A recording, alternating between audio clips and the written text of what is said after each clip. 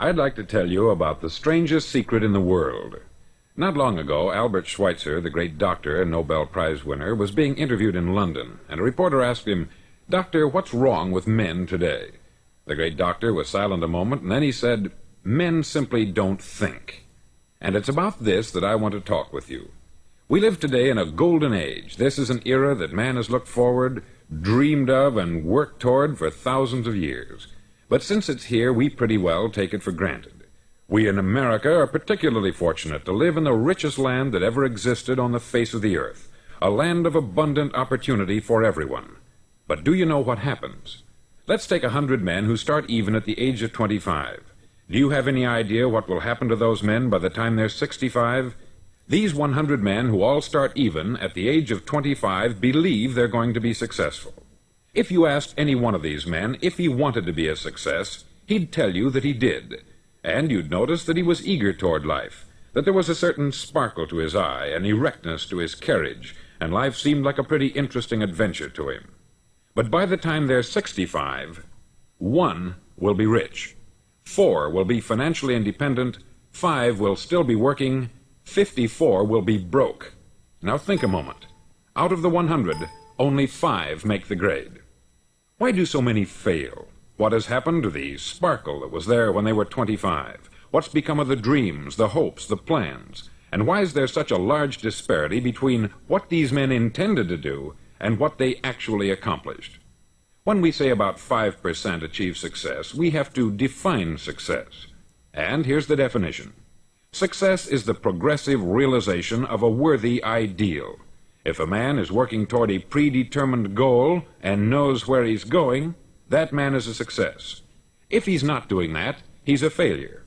Success is the progressive realization of a worthy ideal. Rollo May, the distinguished psychiatrist, wrote a wonderful book called Man's Search for Himself. And in this book he says, the opposite of courage in our society is not cowardice, it is conformity. And there you have the trouble today. It's conformity. People acting like everyone else, without knowing why, without knowing where they're going. Now think of it. In America right now, there are over 14 million people 65 years of age and over, and about 13 million of these 14 million are broke. They're dependent on someone else for life's necessities. Now, we learn to read by the time we're 7. We learn to make a living by the time we're 25. Usually, by that time, we're not only making a living, we're supporting a family. And yet, by the time we're 65, we haven't learned how to become financially independent in the richest land that has ever been known. Why? We conform. And the trouble is that we're acting like the wrong percentage group, the 95% who don't succeed. Now, why do these people conform? Well, they don't know, really. These people believe that their lives are shaped by circumstances, by things that happen to them, by exterior forces. They're outer-directed people. A survey was made one time that covered a lot of men, working men, and these men were asked this question. Why do you work? Why do you get up in the morning? 19 out of 20 had no idea. If you ask them, they'll say, everyone goes to work in the morning. And that's the reason they do it, because everyone else is doing it. Now let's get back to our definition of success. Who succeeds? The only man who succeeds is the man who is progressively realizing a worthy ideal. He's the man who says, I'm going to become this, and then begins to work toward that goal. I'll tell you who the successful people are. A success is the school teacher who's teaching school because that's what she wanted to do. The success is the woman who's a wife and mother because she wanted to become a wife and mother and is doing a good job of it. The success is the man who runs the corner gas station because that's what he wanted to do. The success is the successful salesman who wants to become a top-notch salesman and grow and build with his organization. A success is anyone who is doing deliberately a predetermined job because that's what he decided to do deliberately. But only 1 out of 20 does that. That's why today there isn't really any competition, unless we make it for ourselves. Instead of competing, all we have to do is create. Now, for 20 years, I looked for the key which would determine what would happen to a human being. Was there a key, I wanted to know, which would make the future a promise that we could foretell to a large extent? Was there a key that would guarantee a person's becoming successful if he only knew about it and knew how to use it? Well, there is such a key, and I've found it. Have you ever wondered why so many men work so hard and honestly without ever achieving anything in particular, and others don't seem to work hard and yet seem to get everything? They have the magic touch. You've heard them say that about someone. Everything he touches turns to gold. And have you ever noticed that a man who becomes successful tends to continue to become successful, and on the other hand, have you noticed how a man who is a failure tends to continue to fail? It's because of goals. Some of us have them, some don't. People with goals succeed because they know where they're going. Now think of a ship leaving a harbor, and think of it with the complete voyage mapped out and planned. The captain and crew know exactly where it's going and how long it will take. It has a definite goal. 9,999 times out of 10,000 it will get to where it started out to get. Now let's take another ship, just like the first, only let's not put a crew on it, or a captain at the helm. Let's give it no aiming point, no goal, no destination. We just start the engines and let it go. I think you'll agree with me that if it gets out of the harbor at all, it will either sink or wind up on some deserted beach a derelict. It can't go any place because it has no destination and no guidance. It's the same with a human being. Take the salesman, for example. There is no other person in the world today with the future of a good salesman. Selling is the world's highest paid profession, if we're good at it and if we know where we're going. Every company needs top-notch salesmen, and they reward those men. The sky is the limit for them. But how many can you find? Someone once said, the human race is fixed, not to prevent the strong from winning, but to prevent the weak from losing. The American economy today can be likened to a convoy in time of war. The entire economy is slowed down to protect its weakest link, just as the convoy had to go at the speed that would permit its slowest vessel to remain in formation.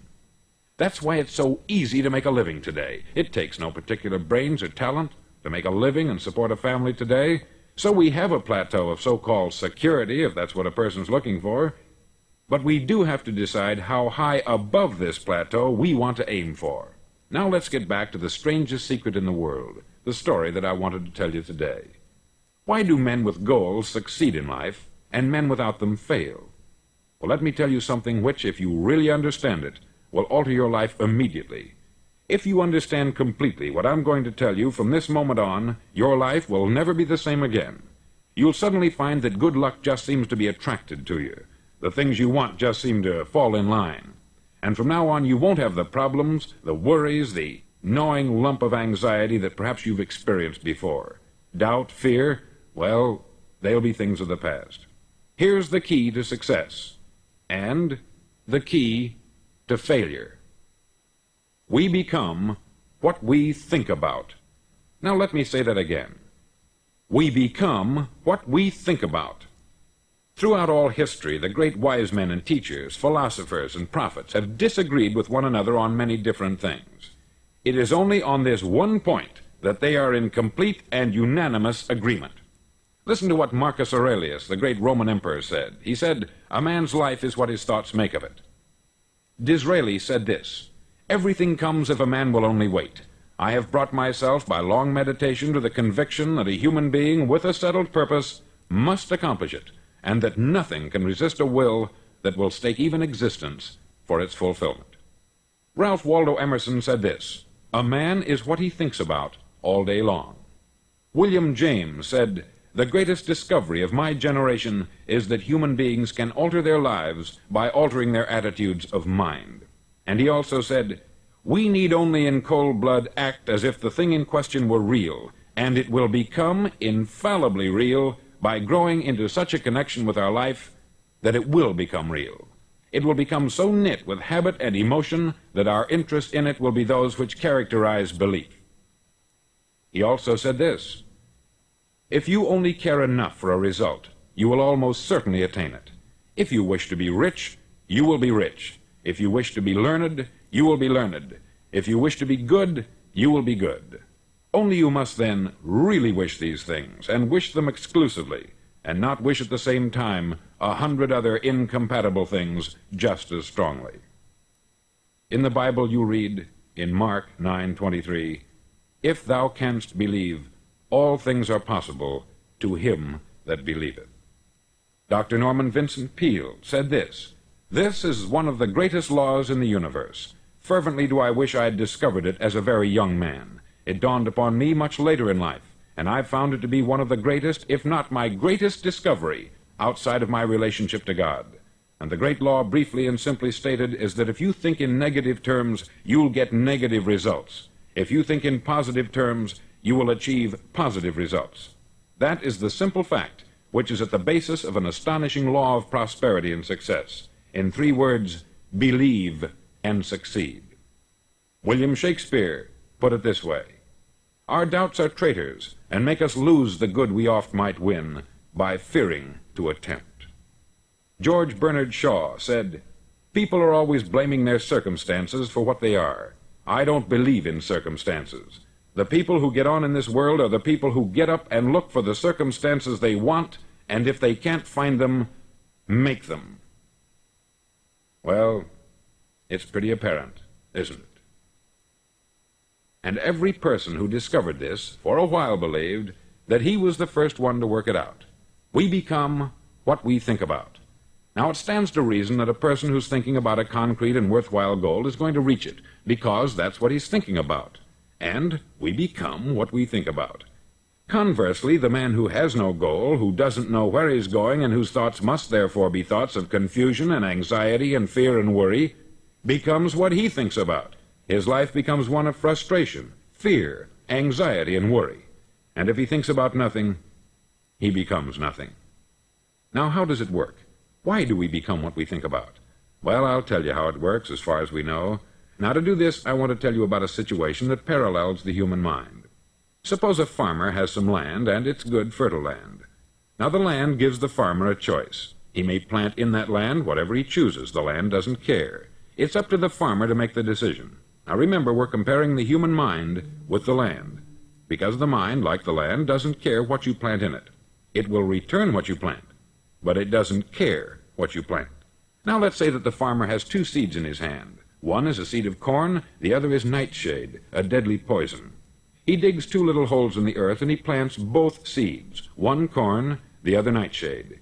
He covers up the holes, waters, and takes care of the land, and what will happen? Invariably, the land will return what is planted. As it's written in the Bible, "As ye sow, so shall ye reap." Remember, the land doesn't care. It will return poison in just as wonderful abundance as it will corn. So up come the 2 plants, one corn, one poison. Now, the human mind is far more fertile, far more incredible and mysterious than the land, but it works the same way. It doesn't care what we plant. Success, failure. A concrete, worthwhile goal, or confusion, misunderstanding, fear, anxiety, and so on. But what we plant, it will return to us. You see, the human mind is the last great unexplored continent on the earth. It contains riches beyond our wildest dreams. It will return anything we want to plant. Now, you might say, well, if that's true, why don't people use their minds more? Well, I think they've figured out an answer to that, too. Our mind comes as standard equipment at birth. It's free, and things that are given to us for nothing we place little value on. Things that we pay money for, we value. The paradox is that exactly the reverse is true. Everything that's really worthwhile in life came to us free. Our mind, our soul, our body, our hopes, our dreams, our ambitions, our intelligence, our love of family and children and friends. All these priceless possessions are free, but the things that cost us money are actually very cheap and can be replaced at any time.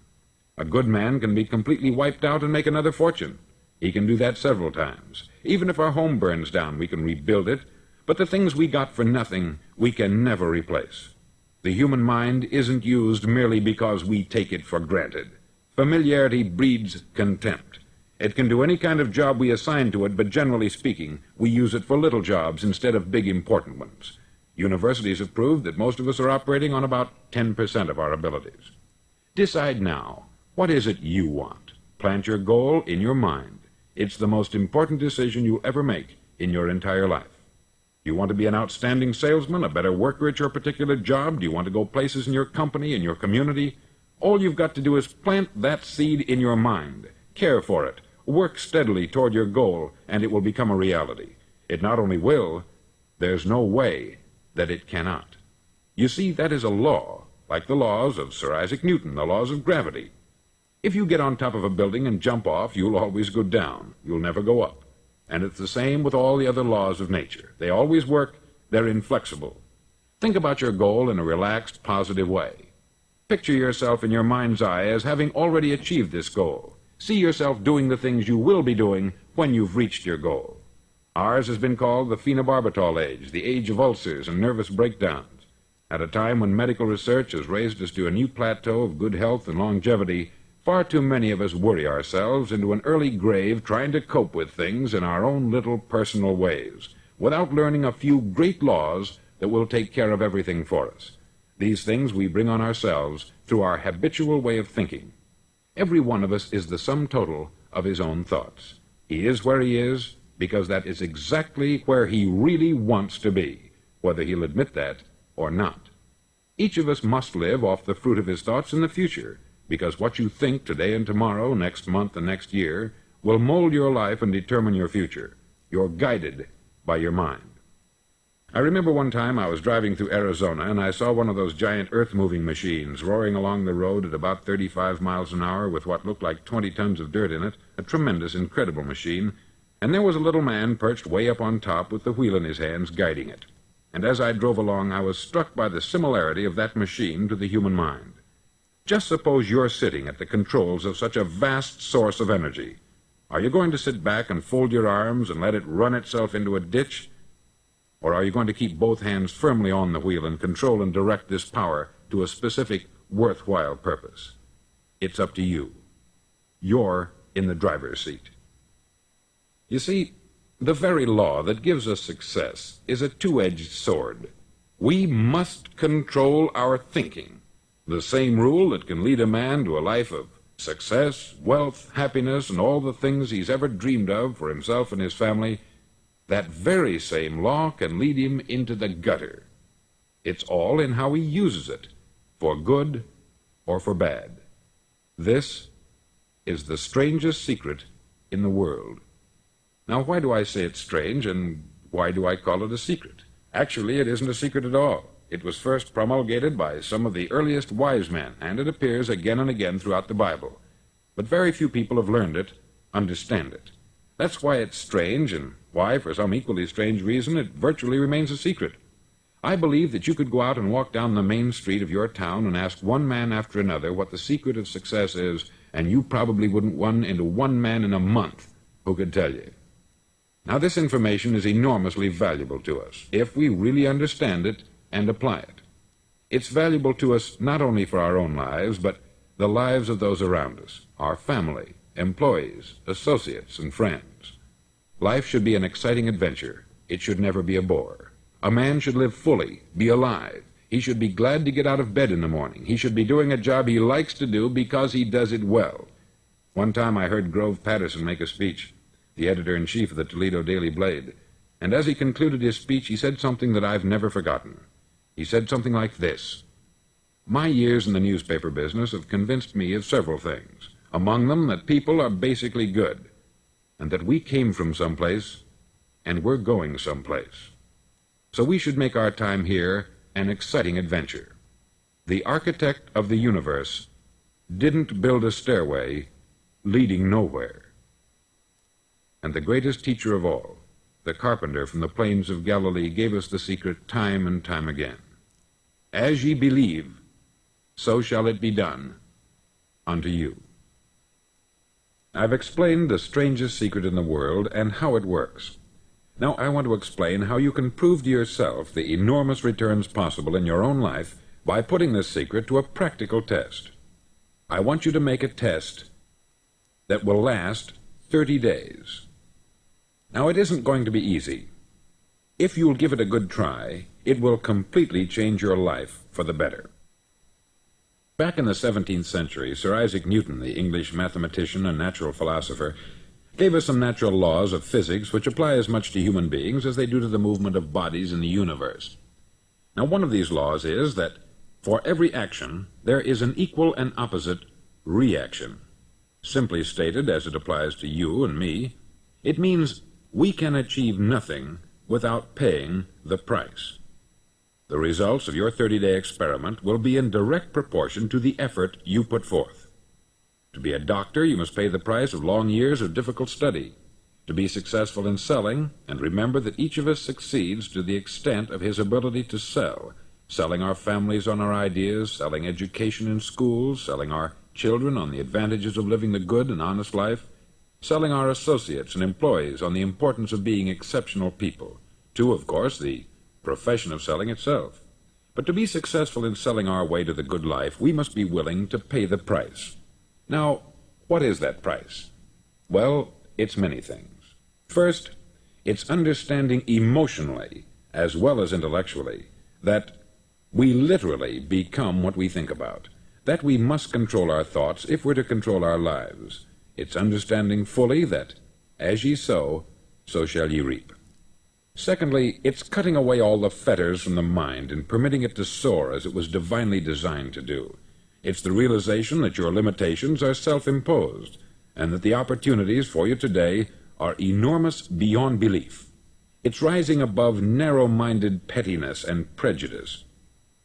Thirdly, to use all your courage to force yourself to think positively on your own problem, to set a definite and clearly defined goal for yourself, to let your marvelous mind think about your goal from all possible angles, to let your imagination speculate freely upon many different possible solutions, to refuse to believe there are any circumstances sufficiently strong to defeat you in the accomplishment of your purpose, to act promptly and decisively when your course is clear, and to keep constantly aware of the fact that you are, at this moment, standing in the middle of your own acre of diamonds, as Russell Conwell used to point out. Fourth, save at least 10% of what you earn. It's also remembering that no matter what your present job, it has enormous possibilities if you're willing to pay the price. Now let's just go over the important points in the price each of us must pay to achieve the wonderful life that can be ours. It is, of course, worth any price. 1, you will become what you think about. 2, remember the word imagination. Let your mind soar. 3, courage. Concentrate on your goal every day. 4, save 10% of what you earn. And action. Ideas are worthless unless we act on them. Now I'll try to outline the 30-day test I want you to make. Now keep in mind that you have nothing to lose by making this test, and everything you could possibly want to gain. There are 2 things that may be said of everyone. Each of us wants something, and each of us is afraid of something. I want you to write on a card what it is you want more than anything else. It may be more money. Perhaps you'd like to double your income or make a specific amount of money. It may be a beautiful home. It may be success at your job. It may be a particular position in life. It could be a more harmonious family. Each of us wants something. Write down on your card specifically what it is that you want. Make sure it's a single goal and clearly defined. You needn't show it to anyone, but carry it with you so that you can look at it several times a day.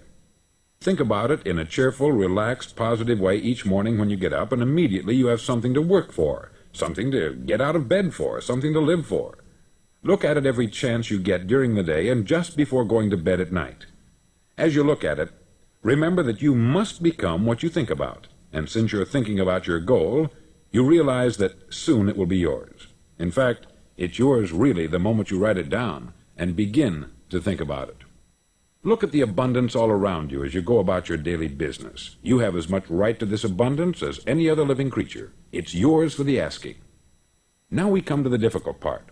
Difficult because it means the formation of what is probably a brand new habit, and new habits are not easily formed. Once formed, however, it'll follow you for the rest of your life. Stop thinking about what it is you fear. Each time a fearful or negative thought comes into your consciousness, replace it with a mental picture of your positive and worthwhile goal. There will come times when you will feel like giving up. It's easier for a human being to think negatively than positively. That's why only 5% is successful. You must begin now to place yourself in that group. For 30 days, you must take control of your mind. It will think only about what you permit it to think. Each day for this 30-day test, do more than you have to do.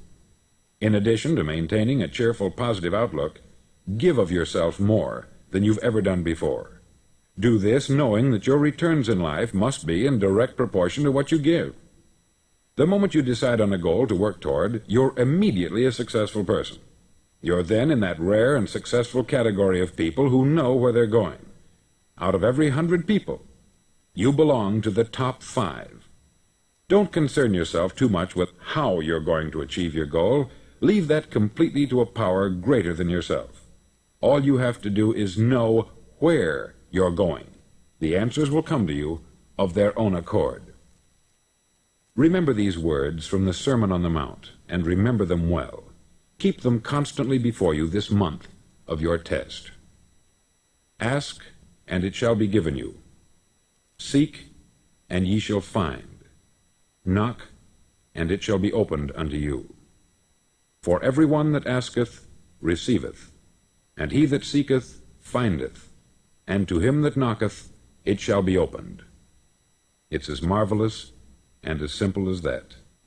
In fact, it's so simple that in our seemingly complicated world it's difficult for an adult to understand that all he needs is a purpose and faith. For 30 days, do your best. If you're a salesman, go at it as you've never done before, not in hectic fashion, but with the calm, cheerful assurance that time well spent will give you the abundance in return you deserve and want.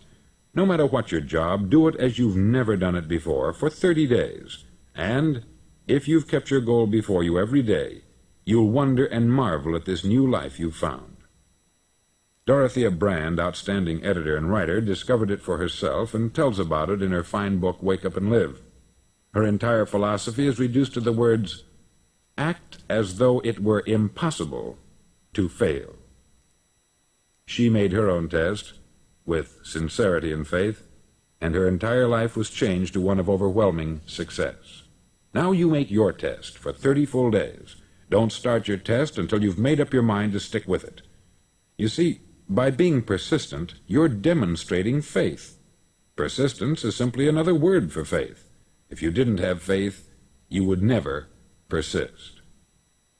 If you should fail during your first 30 days, by that I mean suddenly find yourself overwhelmed by negative thoughts, you've got to start over again from that point and go 30 more days. Gradually your new habit will form until you find yourself one of that wonderful minority to whom virtually nothing is impossible. Don't forget the card. It's vitally important as you begin this new way of living. On one side of the card, write your goal, whatever it may be. On the other side, write the words we've quoted from the Sermon on the Mount. Ask, and it shall be given you. Seek, and ye shall find. Knock, and it shall be opened unto you. Nothing great was ever accomplished without inspiration. See that during these crucial first 30 days, your own inspiration is kept at a peak. Above all, don't worry. Worry brings fear, and fear is crippling. The only thing that can cause you to worry during your test is trying to do it all yourself. Know that all you have to do is hold your goal before you. Everything else will take care of itself. Remember also to keep calm and cheerful. Don't let petty things annoy you and get you off course. Now, since making this test is difficult, some may say, well, why should I bother? Well, look at the alternative. No one wants to be a failure. No one really wants to be a mediocre individual. No one wants a life constantly filled with worry, fear, and frustration. Therefore, remember that you must reap that which you sow. If you sow negative thoughts, your life will be filled with negative things. If you sow positive thoughts, your life will be cheerful, successful, and positive. Now, gradually, you will have a tendency to forget what you've heard on this record. Play it often. Keep reminding yourself of what you must do to form this new habit. Gather your whole family about and listen to what's been said here at regular intervals. You know, most men will tell you that they want to make money without understanding the law. The only people who make money work in the mint. The rest of us must earn money. This is what causes those who keep looking for something for nothing or a free ride to fail in life. The only way to earn money is by providing people with services or products which are needed and useful. We exchange our product or service for the other man's money. Therefore, the law is that our financial return will be in direct proportion to our service. Success is not the result of making money. Making money is the result of success, and success is in direct proportion to our service. Most people have this law backwards. They believe that you're successful if you earn a lot of money. The truth is that you can only earn money after you're successful. It's like the story of the man who sat in front of the stove and said to it, "Give me heat, and then I'll add the wood." How many men and women do you know, or do you suppose there are today, who take the same attitude toward life? There are millions. We've got to put the fuel in before we can expect heat. Likewise, we've got to be of service first before we can expect money. Don't concern yourself with the money. Be of service. Build, work, dream, create. Do this, and you'll find there's no limit to the prosperity and abundance that will come to you. Prosperity is founded upon a law of mutual exchange. Any person who contributes to prosperity must prosper in turn himself. Sometimes the return will not come from those you serve, but it must come to you from someplace, for that is the law. For every action, there is an equal and opposite reaction. As you go daily through your 30-day test period, remember that your success will always be measured by the quality and quantity of service you render, and money is a yardstick for measuring this service. No man can get rich himself unless he enriches others. There are no exceptions to a law. You can drive down any street in America and from your car estimate the service that's being rendered by the people living on that street. Had you ever thought of this yardstick before? It's interesting. Some, like ministers and priests and other devoted people, measure their returns in the realm of the spiritual, but again, their returns are equal to their service. Once this law is fully understood, any thinking person can tell his own fortune. If he wants more, he must be of more service to those from whom he receives his return. If he wants less, he has only to reduce this service. This is the price you must pay for what you want. If you believe you can enrich yourself by deluding others, you can only end by deluding yourself. It may take some time, but just as surely as you breathe, you'll get back what you put out. Don't ever make the mistake of thinking you can avert this. It's impossible. The prisons and the streets where the lonely walk are filled with people who tried to make new laws just for themselves. We may avoid the laws of man, but there are greater laws that cannot be broken.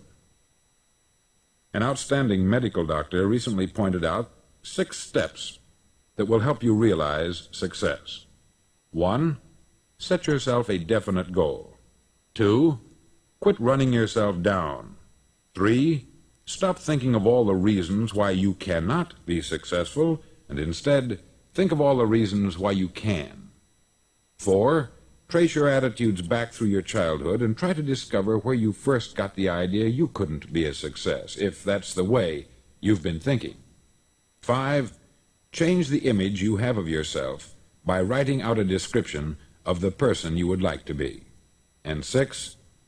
Act the part of the successful person you have decided to become. The doctor who wrote those words is a noted West Coast psychiatrist, David Harold Fink, M.D. Do what all experts since the dawn of recorded history have told you you must do. Pay the price by becoming the person you want to become.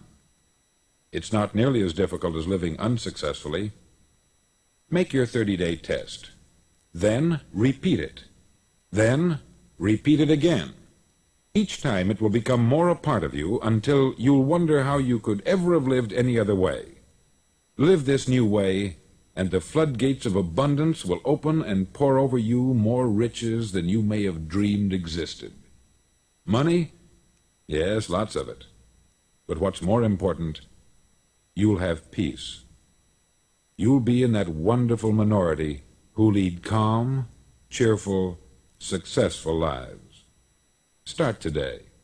You have nothing to lose, but you have a life to win. I'd like to tell you about the strangest secret in the